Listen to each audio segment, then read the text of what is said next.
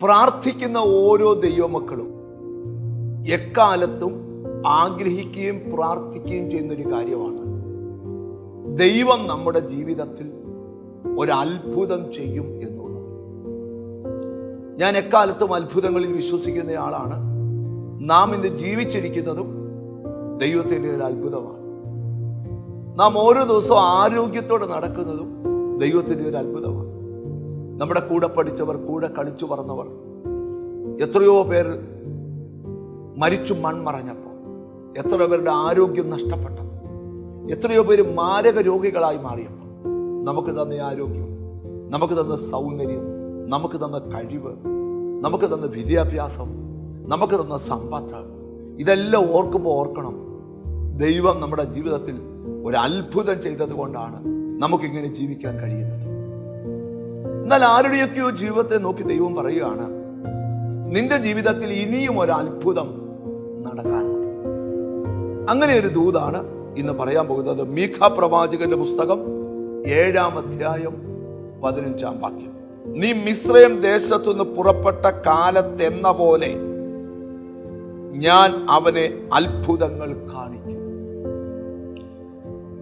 കണ്ടതുപോലല്ല, ഇന്നലകളിൽ അനുഭവിച്ചതുപോലല്ല, ഇനിയും ദൈവം ചില അത്ഭുതങ്ങൾ നിനക്ക് വേണ്ടി ചെയ്യാൻ പോകുകയാണ്. നാളുകൾ കൊണ്ട് നീ പ്രാർത്ഥിച്ചിട്ടും നീക്കുപോക്കില്ലാത്ത വിഷയത്തെ നോക്കി ദൈവം പറയുകയാണ്, ഞാൻ ആ വിഷയത്തിൽ നിനക്ക് ഒരു അത്ഭുതം ചെയ്യാൻ പോവുകയാണ്. എത്ര പേർക്ക് ആഗ്രഹമുണ്ട്, കർത്താവേ, എൻ്റെ ജോലിയുടെ വിഷയത്തിൽ, എൻ്റെ യാത്രയുടെ വിഷയത്തിൽ, എൻ്റെ തലമുറയുടെ വിഷയത്തിൽ, എൻ്റെ കുടുംബത്തിൻ്റെ വിഷയത്തിൽ യേശുവേ ഒരു അത്ഭുതം ചെയ്യണമേ എന്ന് എത്ര പേർ ആഗ്രഹിക്കുന്നുണ്ട്.